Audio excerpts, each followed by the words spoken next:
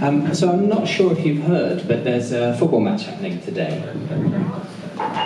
And it's worrying. So I've asked Tom Jenks to help me with the big game. A round of applause for Tom Jenks.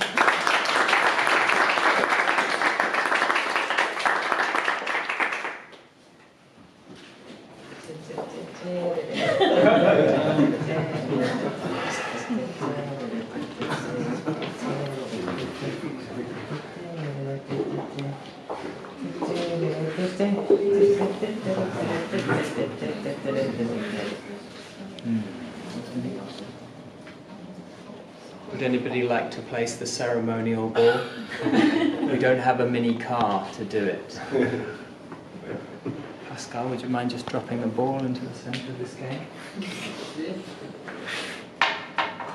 Picks up a gun.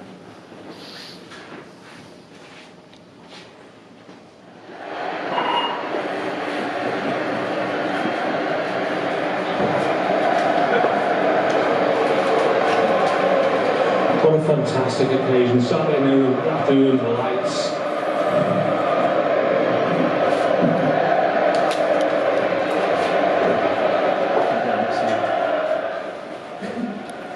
What a fantastic occasion. Saturday afternoon, the lights, like a 5-3-2 that's more like a 3-5-2, or a 4-4-1-1 that's more like a 4-5-1, or a 4-5-1 that was more like a 4-2-3-1, isn't it? Fowler there with the orange boots and Hurricane Falcon. Low block, late run into the box. He's got into a great position, but he's looking up and there's nobody there. He had too much time to think. He's better he's got no time to think. What's he thinking about? What on earth was he thinking? He'll be disappointed with that.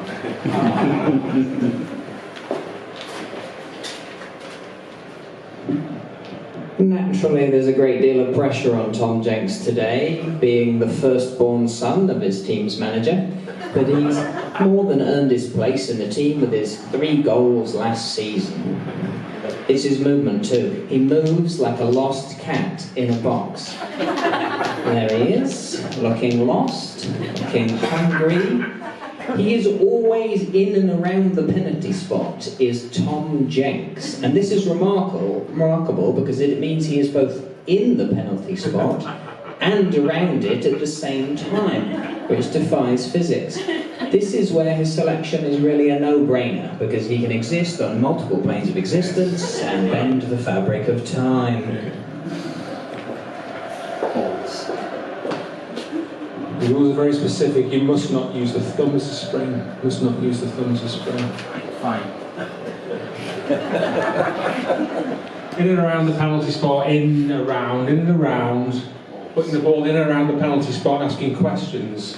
A yard of grass, a wonderful left foot. Putting that ball in and around the penalty spot on a sixpence and asking questions.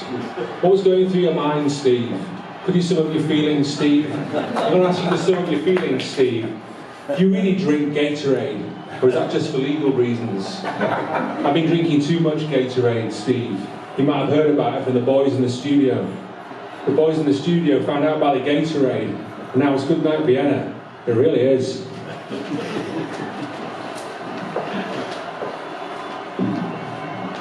You couldn't write a script like this.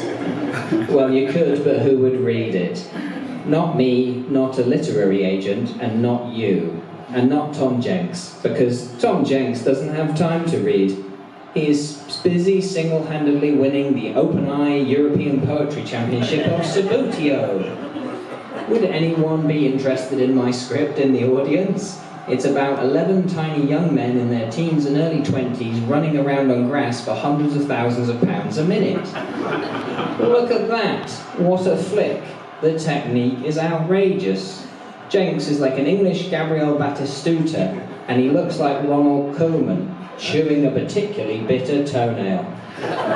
The little wobbly lads have put in a great shift.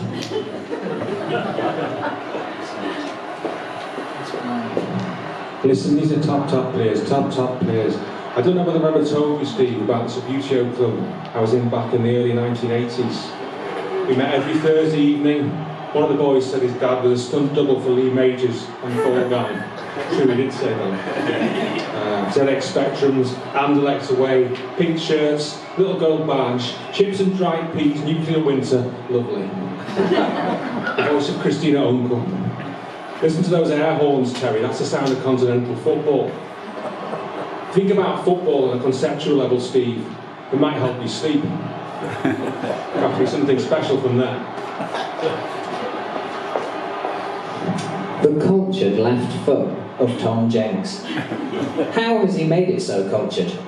Poetry. Conceptual poetry. And exposure to the works of Chris McCabe, that legendary masseuse of Liverpool FC. The tight kits. The shorts with their troublesome underwear lining. It is simply a shame that Jenks' right foot is so uncultured. Look at his movement. So wobbly. So flicky. The press is so high there may even be juice. He's got great feet for a big man. I've seen them. We go to the same salon.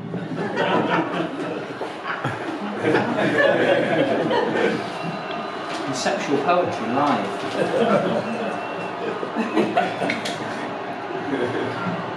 His shot is about as weak as a glass of orange squash that is 52 parts water and half a part squash.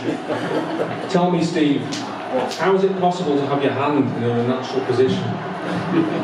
Once after Subbuteo Club we went to an alley and threw orange squash over each other and blamed it on skinheads. Well watched. Throw your cap on it. Do you still have skinheads where you are, Steve?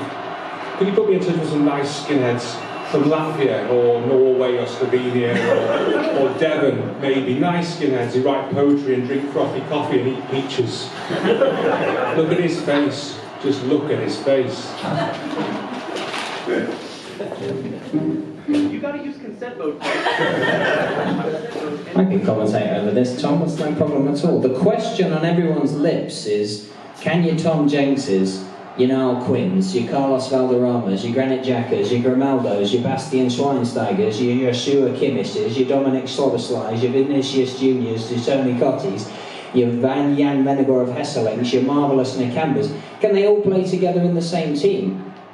The answer, of course, is no. That's 14 players, and some of them are quite leggy. It would be highly inappropriate, but look at Jenks' tiki-taka. Don't look too soon, you get arrested. It's gorgeous, outrageous. He's positively disgusting. He's almost hit that one too well, if such a thing is possible.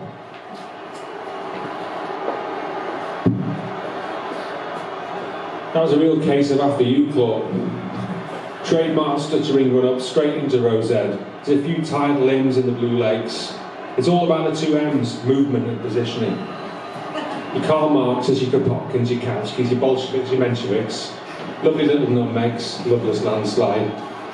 His head just disappeared into his shoulders. Your Foucaults, your Derridas, your Levi Strausses. He's spiteful in the nicest sense of the word. His white boots were on fire. Your Charles I, your Charles II, your Charles III.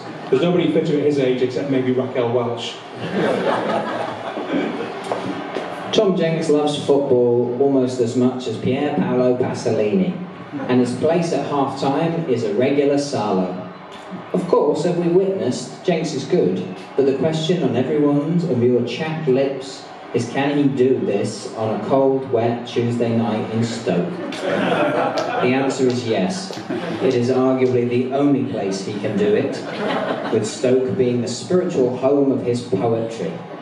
It is there his shin pads never slide down, his R9s glide through the glass like a glass lawnmower, and his football is tight enough to outline his nipples.